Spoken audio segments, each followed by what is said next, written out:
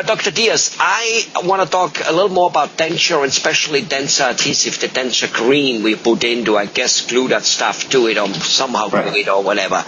And lately I have heard from a nerve specialist doctor that apparently there's a lot of controversy out there that some of that stuff, Fixatent and whatever, is having too much zinc in it, and it gets in the body and gets nerve damage, which can be shown by any nerve damage, by the way, can be shown by having tingling, numb fingers, legs, toes. Those things could be heavy nerve damage. If not fixed, nerve damage is like a root. It dies out and it can never be fixed. Now, a lot of it apparently is linked to it, but there's always a lot of garbage talk out there. What do you think about that? And if there is something to it, would you explain the hybrid denture, the one which has implants in it and sticks it to it, would that actually solve that problem, just in case it is such a thing? Yeah. But you kind of took the words out of my mouth. Here's the way I look at it. There are links to those side effects with denture creams and adhesives.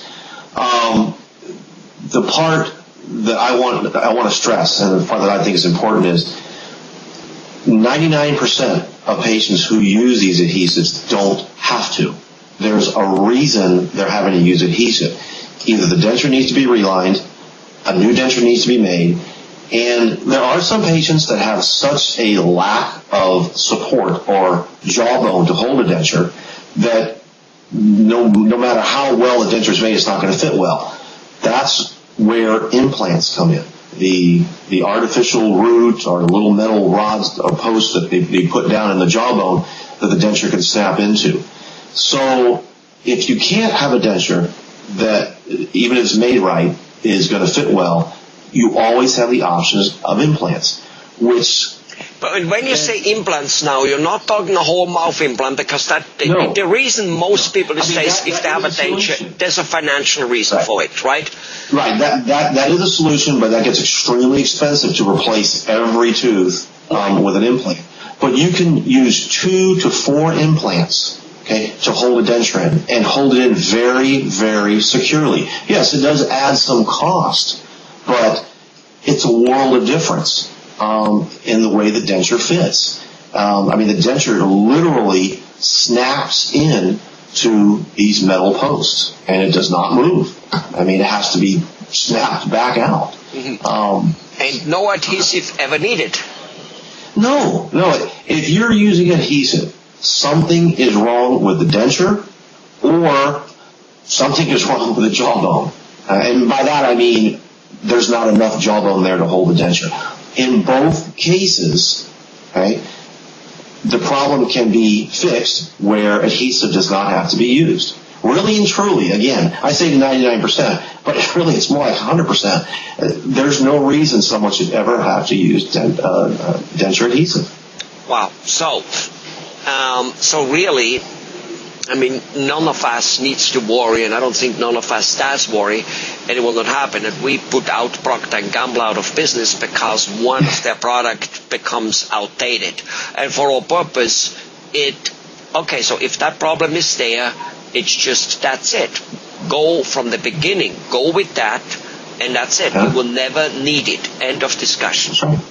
Right. Go to the source, the cause of the problem, and it can be fixed, and you won't need adhesive. Right. Now, let's assume there's a patient out there who over the years has used adhesives on and off and whatever, because as you said, as more walking as it gets, as more it probably uses, based on what you just said. So, and let's just say he has a little bit of tingling and numb feeling in the legs and whatever, and a weakness of muscle, I guess, is another one of those symptoms. What should that person do? Should he come to you? Should he go to a physician, to a nerve doctor? What's the deal there? Well, to check out and say that, number one, there's no systemic, I guess is the word for it, systemic damage to the nerve, which is super bad, and then to make sure that nothing more is happening and stuff. Where should he go to? I think that patient has to see both. I mean, he needs to be evaluated by a physician to make sure it's not another problem. Right. Okay? Or if it is that problem, if the nerves are a little damaged, as long as they're not super bad damaged, usually good doctors can bring it back again. Right. But at that point, okay, I would make sure that anything that could have possibly caused the nerve damage should be eliminated. Well, of course. Okay? Yeah. So at that point, they also need to see a qualified dentist so they can have a proper fitting denture and eliminate the possibility of the denture adhesive being the source of their nerve problem. Correct. Well, all right. Again, wonderful. And it's quite amazing how, too much of anything is bad, because zinc is a good thing. We do need zinc. It's, there used to be a time, there's zinc supplements out there. But I think it plays very well with what you said with the periodontal diseases. It's the gateway to the mouth. The mouth is the gateway to the body. And, you have that zinc in there. It's just too much. It just soaks into the body like there's no tomorrow. Probably better than supplements, Right. Well, a good example is when someone's having a heart problem, where do they put the nitroglycerin? They put it underneath your tongue because it gets absorbed into your bloodstream like that. Yeah, absolutely. So if you now constantly have, something so zinc-laden in there, then it does it. And so anyway, so a person who does have nerve problems, number one, he should go to a physician, period, whether he takes denture adhesive or not. If he should go for any reason, there are many other reasons it could happen. That's right.